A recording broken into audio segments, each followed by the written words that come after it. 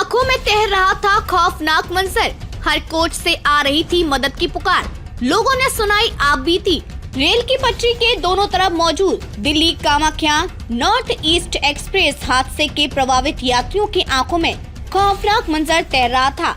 जान बच गई इसका संतोष, लेकिन रात में हादसे के बाद कानों में लोगों की चीख पुकार गूंज रही थी।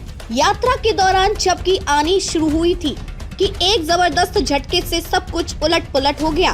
पुलिस की मदद से दूसरी गाड़ी में सवार होकर पहुंचे दानापुर। हर कोच से आ रही थी मदद की पुकार। एक साथ थे तीनों भाई। बोगी के बाहर चारों तरफ अंधेरा था।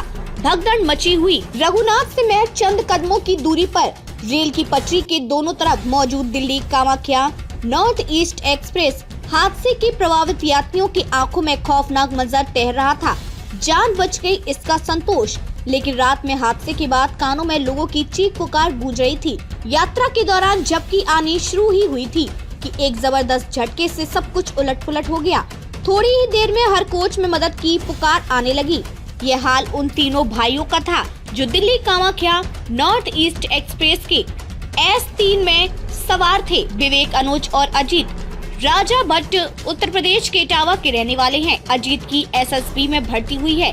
13 अक्टूबर को जलपाईगुड़ी में उसकी मेडिकल जांच थी। अनुज की कामाख्या से पहले रंगिया में पोस्ट ऑफिस में ज्वाइनिंग थी। दोनों के साथ तीसरा भाई विवेक भी ट्रेन में सवार हुआ था। तीनों भाई दानापुर रेलवे स्टेशन के बाहर एक कोने में बैठे थे। अजीत बताती है कि हम तीनों एक ही बोगी में आमने सामने की सीट पर थे। अचानक जोरदार आवाज हुई और बोगी धड़धड़ाते हुए कुछ ही सेकंड में रुक गई। अचानक ऊपर की सीट से दो लोग नीचे गिर गए। कुछ पल के बाद सांसें थम गयी। जब यह महसूस हुआ कि बोगी बेपटरी हो गई है, दरवाजे भी जाम हो गए हैं। घबराहट के मारे दम घुटने लगा। किसी को कुछ समझ नहीं आ रहा था कि क्या किया जाए। जान तो बच गई, लेकिन बोगी से सुरक्षित निकलने के बाद भी हाथ से दिमाग सुन्न था।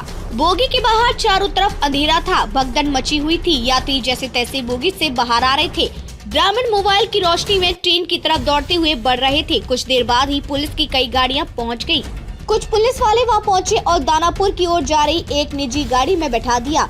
उसी गाड़ी से तीनों दानापुर स्टेशन पहुंचे हुए थे। घटना के 7 घंटे बाद भी तीनों सदमे से नहीं उबर पा रहे थे।